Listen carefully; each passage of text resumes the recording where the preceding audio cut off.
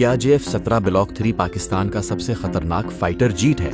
शायद हाँ, क्योंकि ये सिर्फ एक अपग्रेड नहीं बल्कि एक नई नस्ल का जंगी तैयारा है। इसमें जदीद ISR रेडार मौजूद है जो दुश्मन के तैयारों को बहुत ज़्यादा फासले से तलाश कर सकता है। इसके साथ PL-15 लॉन्ग रेंज मिसाइल भी इस्तेमाल किए जा सकते हैं जो फ़ज़ाई जंग में बड़ी बरतरी देते हैं।